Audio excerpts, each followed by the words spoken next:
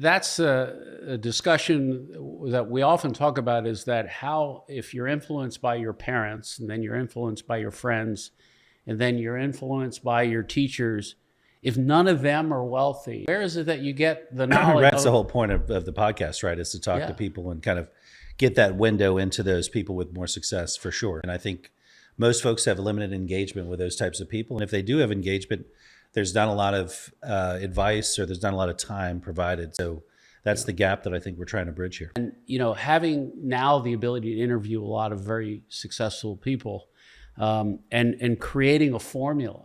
Right.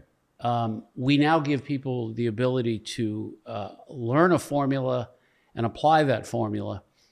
Because I don't know about you, but in high school, I didn't go to college, but at home, nobody taught me a formula of how wealth gets created. Where do we go to learn this process of wealth creation? Right. And that's what's so great about you've distilled down the core tenets of how to build wealth. And it's simple. So as I've endeavored to teach folks about this formula, and I see them exposed to this formula, there's a light bulb, right, that goes on with these folks. And I think it's amazing, because folks will meet a number of different people and they get all this different advice, and some of the advice really just has nothing to do with how to build wealth or create value for yourself. It's a very, very simple formula.